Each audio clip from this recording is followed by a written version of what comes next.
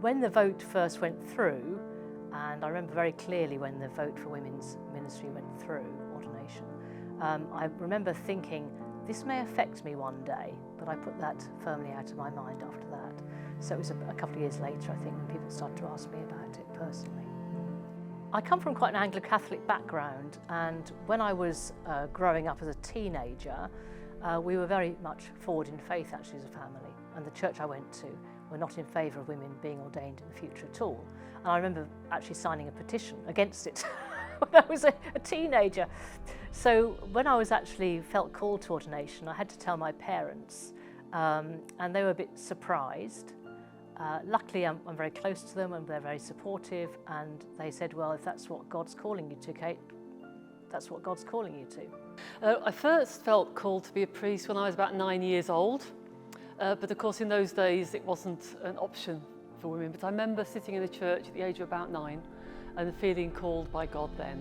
And I couldn't really articulate what it was, a sense of mystery, a sense of invitation. Somebody said that, oh, I think God is calling you. And I'm like, no, I don't think He's calling me because I'm a woman. And that's, I've been told, oh, you're a woman, you can't do that, you can't do that. And that's why I'm like, oh, God can't call me because I'm a woman. I went back to my room and I knelt down to pray, and I just felt somebody's arms around me and told me, you know, not to be afraid. So back in 1992, when the vote finally went through on November the 11th, very memorable because my daughter had just been born and I was at home and I was stood in the garden listening to the radio waiting for news. No mobile phone, of course, at that point. And the first thing I knew it had happened was I got a phone call on the landline, obviously, from a friend in Singapore.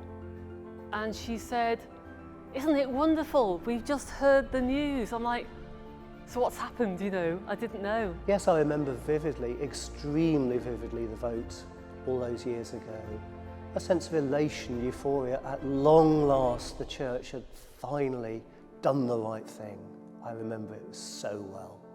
There was some nervousness about me and what is a woman minister going to look like, how is she going to turn up.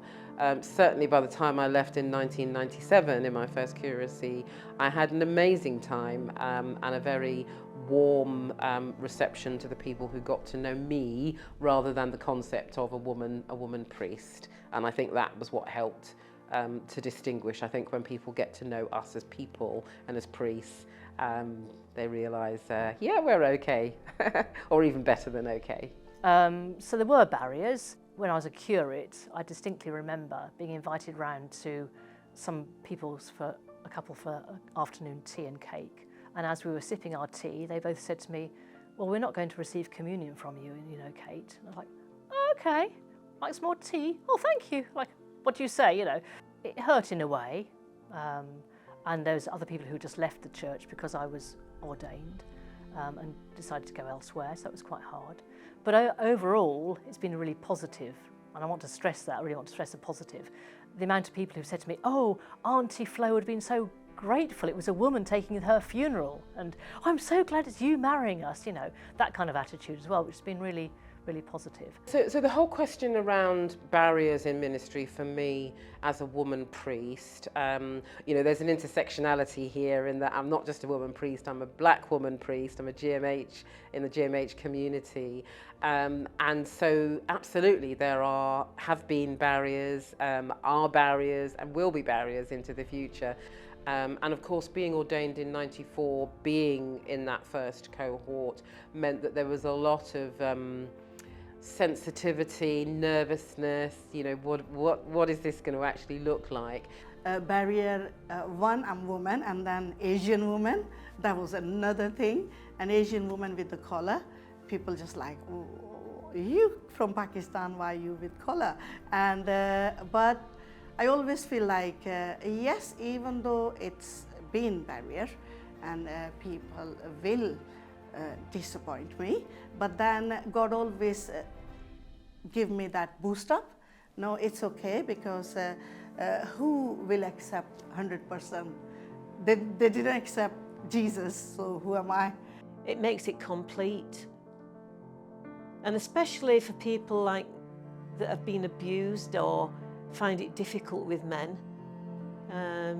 And the same for men, I mean, that they have men to go to. I think it completes it, having both sexes. Being allowed to serve from both male and female perspectives is demonstrating the nature of God. It says at the beginning of Genesis 1, in the image of God he made them male and female. So if the leadership of the church is reflecting the image of God, the nature of God better, then surely the church is more true to its vocation.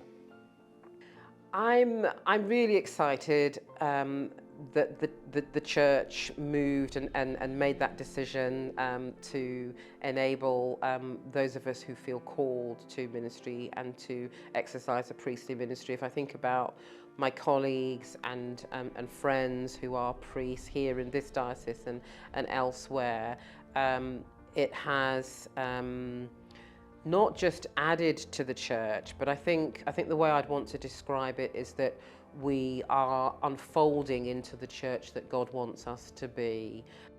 I don't think there should be a difference between men and women.